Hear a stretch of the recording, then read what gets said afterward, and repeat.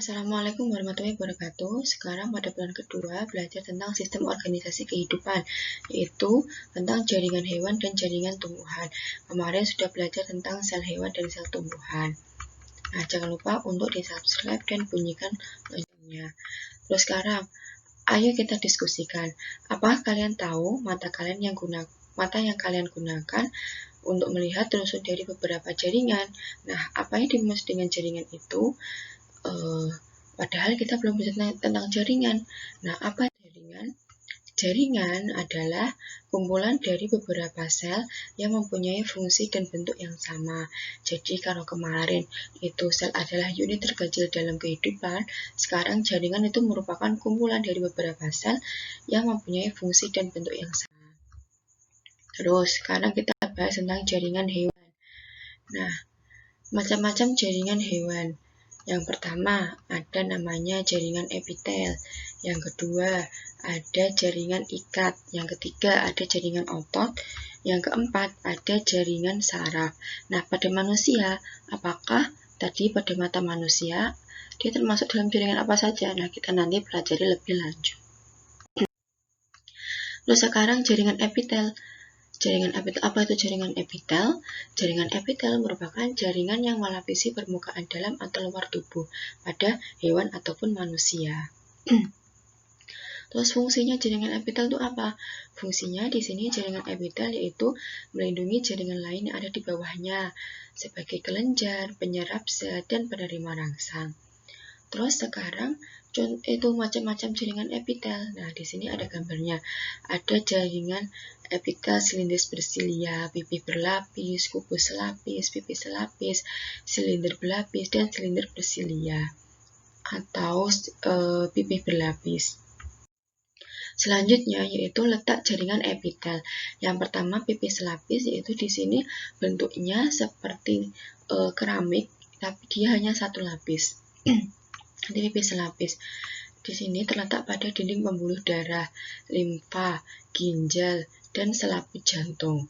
Yang kedua yaitu kubus selapis. Nah, kenapa kok bentuknya seperti silinder dikatakan dengan kubus? Di sini karena dia bentuknya segi empat, yaitu segi empat nanti itu berlapis, jadinya maka dikatakan kubus selapis. Terletak di dinding usus, dinding lambung, dan kelenjar pencernaan. Selanjutnya yaitu silindris selapis. Silindris selapis di sini berbentuk seperti bata yang tegak. Jadi bata yang dibuat tegak itu dikatakan silindris selapis. Nah, terletak pada kelenjar tiroid, ovarium, dan tubula ginjal. Sedangkan selanjutnya yaitu ada silindris bersilia, yaitu terletak pada dinding rongga hidung, saluran trakea, bronkus, dinding, dan saluran ovidu. Terus ada namanya pipih selapis. Pipih selapis yaitu ada rongga mulut, epidermis, esofagus, vagina, dan ada rongga hidung. Sedangkan yang terakhir di sini ada silindris berlapis. Silindris berlapis di sini yaitu ada saluran ekskresi, kelenjar luja, dan kelenjar usus juga uretra.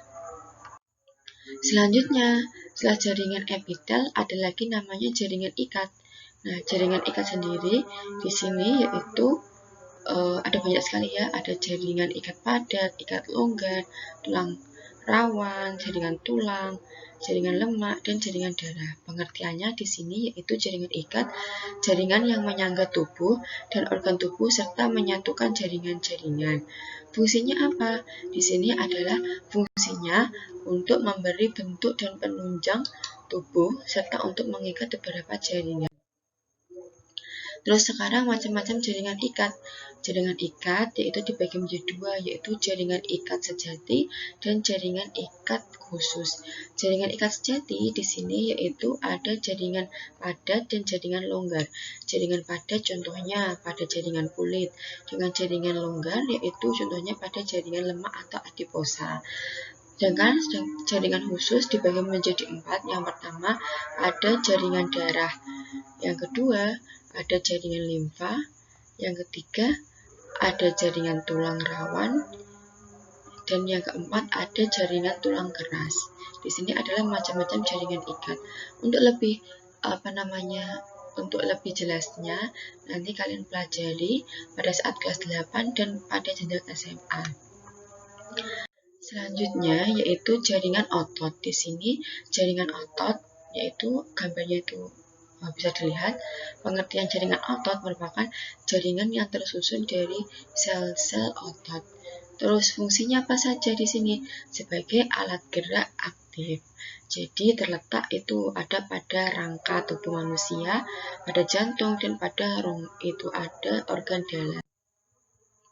Sekarang ada macam-macam jaringan otot.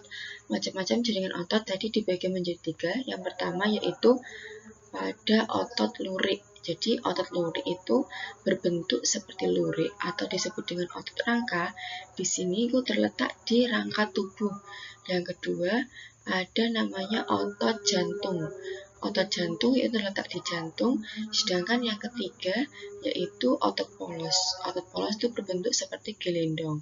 Nah, bisa dilihat di situ, yaitu terletak di rangka organ dalam, itu rahim, lambung, usus halus. Jadi di sini otot polos itu bentuknya itu seperti itu gelendong. Jadi bentuknya itu gelendong.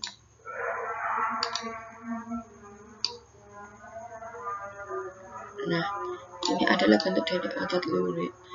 Nanti tentang otot kita pelajari lagi pada kelas 8. Jadi dipelajari lebih lanjut dan lebih detail pada kelas 8. Kelas 7 hanya sekilas-sekilas mengenal saja. Selanjutnya yaitu ada jaringan saraf. Nah, di sini dikatakan jaringan kan kelumpuhan dari beberapa sel. Nah, ini banyak dari beberapa selnya. Dari sel saraf yang dikatakan dengan jaringan saraf. Apabila dilihat, ini ada namanya sel saraf. Jadi ini adalah bentuk selnya. Ini ada bentuk selnya. Nah nanti ini juga sel saraf kita pelajari pada saat kelas 9. Jadi kelas 7 itu hanya sekilas tentang sekilas tentang saraf. Jaringan saraf. Saraf. Nah, ini adalah bentuk dari sel saraf. Nah, apa itu pengertiannya? Pengertiannya merupakan jaringan koordinasi atau komunikasi. Fungsinya adalah untuk berfungsi sebagai menerima dan menghantarkan rangsang. Jadi ini sel saraf itu sebagai jaringan koordinasi. Selanjutnya yaitu jaringan pada tumbuhan. Jaringan pada tumbuhan macam-macamnya yaitu ada jaringan meristem, dibedakan menjadi 2 yaitu jaringan meristem dan jaringan dewasa. Jaringan meristem atau embrional dibagi lagi menjadi 2 yaitu meristem primer dan meristem sekunder. Sedangkan pada jaringan dewasa yaitu dibagi menjadi 4 yaitu ada jaringan pelindung atau jaringan epidermis, jaringan dasar atau jaringan parenkim, terus jaringan penyokong dibagi menjadi 2 yaitu kolenkim dan sklerenkim, dan yang terakhir yaitu jaringan pengangkut atau jaringan vaskuler yaitu xilem dan floem. Ini tidak terangkat lebih lanjut. Ini kalian nanti akan pelajari pada saat naik kelas 8. Selanjutnya yaitu jaringan pada akar. Nah, di sini apabila akar itu dilihat di mikroskop, penampang akar secara melintang, didapatkan bentuk seperti ini. Yang paling luar itu disebut dengan epidermis, sebelah dalamnya, bawahnya epidermis ada namanya korteks, terus di setelah korteks ada endodermis, terus ada perisikel, terus yang bulat ini ada floem, sedangkan ini yang berwarna hitam di sini juga floem. Untuk akar dikotil dan monokotil itu berbeda. Dengan ini yang berbentuk seperti bintang, tapi ini ada 4 sisi.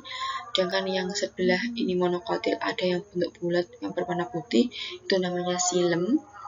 Dan yang paling luar sendiri yang seperti rambut itu adalah rambut akar. Terus di sini Bu Nela hanya menyebutkan 3 fungsi dari bagian jaringan pada akar batang maupun daun. Jadi ini sama, ada di akar, batang maupun daun. Epidermis berfungsi sebagai melindungi jaringan yang ada di bawahnya. Pada hewan, kita mempunyai epitel yang berfungsi untuk melindungi jaringan yang ada di bawahnya. Pada tumbuhan, yaitu ada epidermis ya, untuk melindungi jaringan yang ada di bawahnya. Sedangkan untuk silem, yaitu mengangkut garam dan mineral dari akar sampai ke daun, yaitu silem. Sedangkan phloem berfungsi untuk mengangkut hasil fotosintesis dari daun ke seluruh tubuh tumbuhan. Nah, ini hanya disebutkan 3, nanti dipelajari lebih lanjut tentang struktur dan fungsi dari jaringan tumbuhan pada kelas 8. Terus untuk jaringan pada batang, ini juga ada batang monokotil dan dikotil.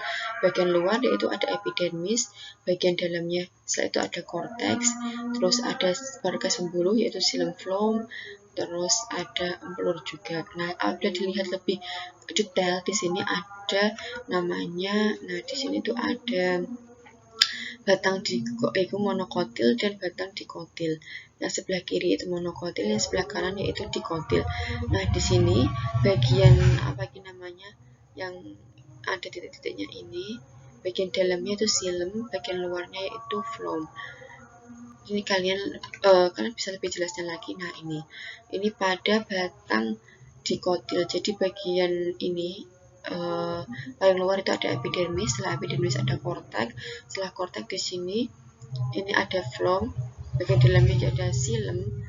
Nah, ini yang membatasi antara xilem dan phloem, yang lingkaran yang ada dalamnya ini disebut dengan cambium atau intravaskuler. Nah, di sini ada cambium vaskuler dan intravaskuler. Kalau vaskuler di dalam. Setelah itu ada namanya jaringan pada daun. Nah, jaringan pada daun apabila daun dilihat di bawah mikroskop, maka bentuknya seperti itu. Ada namanya kutikula, jaringan epidermis juga ada. Nanti ini ada jaringan palisade yang banyak klorofilnya. Ada jaringan di bawah jaringan palisade, ada jaringan bunga karang. Terus apa di bagian bawah ada jaringan angkut, yaitu nanti ada xilem dan phloem. Nah, ini ada xilem, ini ada xilem dan phloem. Semoga terlihat. Di sini ada stomata. Nah, apabila dilihat lebih detailnya di sini ada. Nah, bagian atasnya ini ada epidermis atas, di sini ada jaringan palisade, jaringan bunga karang, terus ada xilem, bagian atasnya di sini ada xilem, dan yang berwarna merah di sini ada phloem. Terus ada epidermis bawah dan di bawahnya ada stomata. Nah, di sini fungsinya masih sama, epidermis, xilem, dan phloem itu sama seperti pada tadi, akar, batang, dan daun itu sama. Sedangkan untuk jaringan palisade itu banyak klorofilnya, digunakan untuk fotosintesis. Jaringan bunga karang itu juga terdapat klorofil untuk fotosintesis dan juga untuk menyimpan cadangan makanan. Nah, kenapa boleh tidak menyebutkan? Karena nanti dipelajari lebih lanjut pada kelas 8. Sekian untuk pertemuan hari ini. Wassalamualaikum warahmatullahi wabarakatuh.